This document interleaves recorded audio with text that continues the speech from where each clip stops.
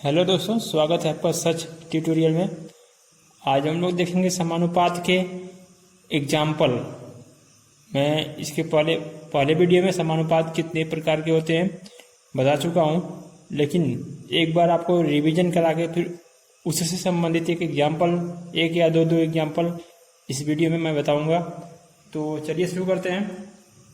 तो समानुपात के प्रकार में आपका पहला था विततानुपाती, या जिसे बोलते हैं वितत समानुपात। ठीक है, इसके दो नाम, विततानुपाती या वितत समानुपात।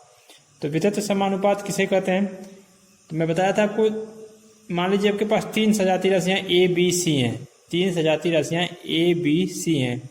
यदि इनका अनुपात पहले का अनुपात दूसरे से, मतलब ए रेशियो बी जितना आता है उतना ही यदि आपका बी रेशियो सी आता है, तो ये तीनों राशियां जो है आपस में विततानुपाती होंगी, मतलब कंटिन्यूड प्रोपोर्शनल होंगी।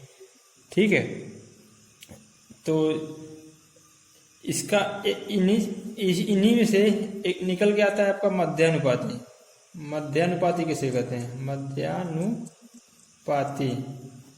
तो इनमें जो बीच वाला जो फंक्शन होता है ना, इसे बोलते हैं मध्यानुपाती।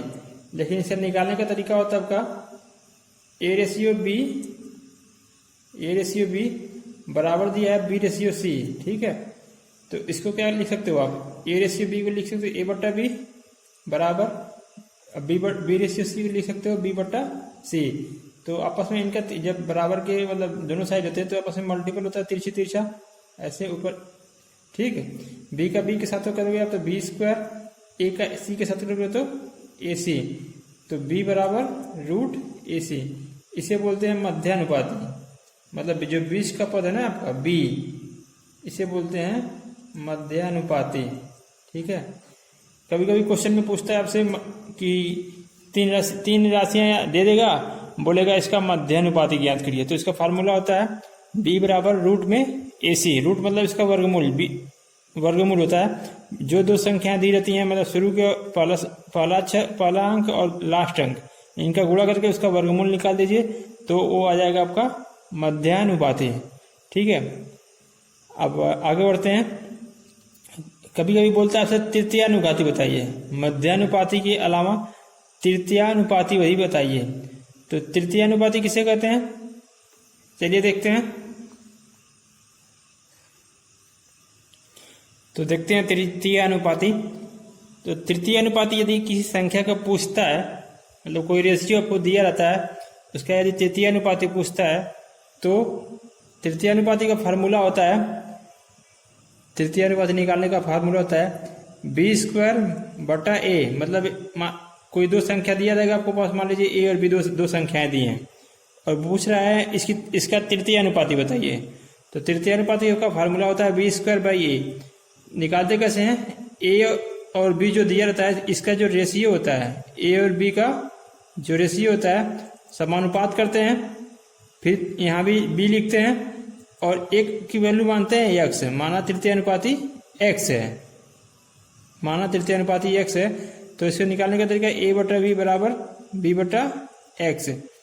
एक्स से इसमें गुणा होगा ए में, तो हो जाएगा ए एक्स, इसका बी के साथ बी स्क्वायर। ठीक है, तो यहाँ से तृतीयानुपाती आप माने हुए एक्स, तो एक्स बराबर बी स्क्वायर बाई ए। इसी से निकलता किसी संख्या का तृतीयानुपाती। ठीक है, तृतीयानुपाती। आगे बढ़ते हैं। अब अगला देखते हैं। दूसरा होता है आपका अनुलोमानुपाती। अनुलोमानुपाती। ठीक है, इसे बोलते हैं डायरेक्टली प्रोपोर्शनल। डायरेक्टली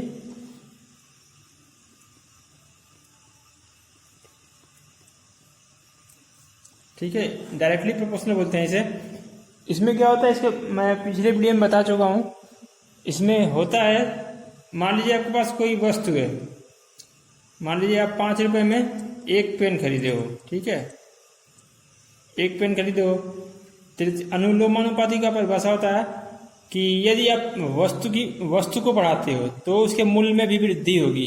ठीक है, मतलब कोई भी सामान लेते हो किसी एक राशि में परिवर्तन करते हो आप, तो दूसरी राशि अपने आप परिवर्तित होती है। मतलब वो यदि आप पहली राशि में वृद्धि करते हो तो दूसरी राशि में भी अपने आप वृद्धि होगी, दूसरी राशि में वृद्धि करते हो तो पहली में वृद्धि होगी। तो इसे बोलते हैं डायरेक्टली प्रोपोर्शनल। मतलब एक वैल्यू बढ़ाओगे तो दूसरी वैल्यू अपने आप बढ़ेगी। तो अनुलोमानुपाती, मान लीजिए 5 रुपये में एक पेन खरीदे हो, आपको खरीदने हैं 4 पेन, ठीक है। 4 पेन खरीदने तो आप कितने रुपए दोगे? तो स्वाभाविक सी बात है कि 5 गुणे 4 करोगे, 5 चौके 20, ठीक है। 20 रुपये दोगे तब तो मिलेगा आपको 4 पेन। तो मान लो आपको गुणा नहीं आ रहा है, तो मान लो आप 100 रुपये देते हो, ठीक है। मैं मान रहा हूँ कि मैं 5 रुपये में एक पेन खरीदा, लेकिन 4 पेन खरीदने हैं तो मुझे नहीं पता कि मैं कितना दूंगा। मानता हूँ मैं 100 रुपये देता हूँ। एक चीज़ आप अनुमान लगा सकते हो यहाँ पे, जब एक पेन आपको 5 रुपये में मिला तो 4 पेन कितने मिलेगा? मतलब 5 रुपये से तो अधिक लगेगा ही लगेगा। तो यहाँ पे एक सिंबल बनाते हैं इस तरीके से, ठीक है। मतलब हम जब 5 रुपये खर्च कर रहे थे तो एक पेन मिल रहा था, अब इससे अधिक खर्च करेंगे तभी तो हमको 4 पेन मिलेगा। तो मतलब छोटे से बड़े की तरफ एक एरो बनाते हैं। इसी प्रकार इधर भी छोटे से बड़े की तरफ एक एरो बनाते हैं, ठीक है। अब देखिए इसका अब रेशियो में परिवर्तित करने के लिए क्या करते हैं, तो जो सबसे छोटी वैल्यू होती है उसे ऊपर और जो बाद में दी जाती है उसे नीचे। यहाँ जहाँ तीर मारा जाता है उसके जगह बराबर का सिंबल और इसका 1/4 हो जाएगा। वही वैसे सेम प्रोसेस, जहाँ छोटी वैल्यू है ऊपर, बड़ी वैल्यू नीचे। जहाँ तीर का हेड रहेगा मतलब नुकीला वाला हिस्सा उसे नीचे, और जहाँ टेल रहेगा इस तीर का उसे ऊपर रखते हैं। तो अब इसको निकालिए। 5 का 4 के साथ गुणा होगा तो 20, x का 1 के साथ होगा तो x बराबर 20। आ गया आपका 20 रुपये आंसर, ठीक। इसे बोलते हैं अनुलोमानुपाती। और तीसरा होता है विलोमानुपाती। विलोमानुपाती में क्या होता है, किसी कोई वस्तु है आपके पास, उसका जो दाम है, मान लीजिए कोई वस्तु है उसका दाम जो है, 2 वस्तुएं हैं मान लीजिए दोनों आपस में संबंधित हैं। मान लीजिए एक में बढ़ोतरी करोगे आप तो दूसरी में अपने आप कमी होगी, इसे विलोम बोलते हैं। मतलब किसी एक वैल्यू में वृद्धि करने पर दूसरी वैल्यू अपने आप कमी हो, ठीक है, तो उसे विलोमानुपाती बोलते हैं। जैसे मान लीजिए आप किसी काम को 7 व्यक्ति 14 दिन में करते हैं, 14 दिन में करते हैं। तो आपको बोल दीजिए कि 14 व्यक्ति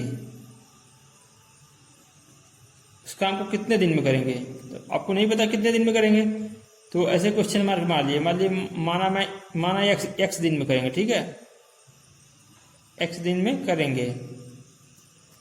तो निकालने का तरीका देखिए सेम वही प्रोसेस जैसे ऊपर बताए थे आप। जो कम वैल्यू होती है उसको ऊपर अनुमान लगाओगे आप, जहाँ वैल्यू यदि बढ़ती है तो तीर का एरो जो है नीचे। तो यहाँ 7 व्यक्ति थे, अब हुए 14 व्यक्ति, मतलब व्यक्ति की संख्या बढ़ रही है, तो एरो का हेड नीचे। अब देखिए जब 7 व्यक्ति थे तो 14 दिन लग रहा था, अब 14 व्यक्ति हैं तो कम दिन लगेगा, स्वाभाविक सी बात है। तो कम से अधिक की तरफ हम लोग एरो मारते हैं, तो कम से अधिक की तरफ एरो मारिए ऐसे, ठीक। अब इसे रेशियो में चेंज करिए, मतलब क्या नाम है, अनुपात में। तो जो सबसे कम वैल्यू होती है उसे ऊपर 7 बटा, जिसकी तरफ बढ़ते हैं उसको नीचे, बटे के नीचे 14, जहाँ एरो का सिंबल होता है उसे बराबर, ठीक है। अब यहाँ देखिए 7 व्यक्ति थे तो 14 दिन लगेगा था, 14 व्यक्ति हैं तो कितने दिन लगेगा, मतलब कम लगेगा। तो कम वाले को फिर ऊपर, क्यों, जहाँ से इसका हेड शुरू होता है, मतलब सिंबल इस तीर का, उसको रखते हैं ऊपर, तो x बटा 14। अब निकालिए इसे, x बटा 14। तो 7 का गुणा करोगे 14 के साथ, 7 गुणे 14 बराबर है, बीच में बराबर है, तो अब इसका 14x, 14 से 14 कैंसिल, x बराबर 7 दिन, आपका आंसर है, ठीक। अब वितत समानुपात, अनुलोमानुपात और विलोमानुपात, तीनों मैं आपको बता चुका हूँ।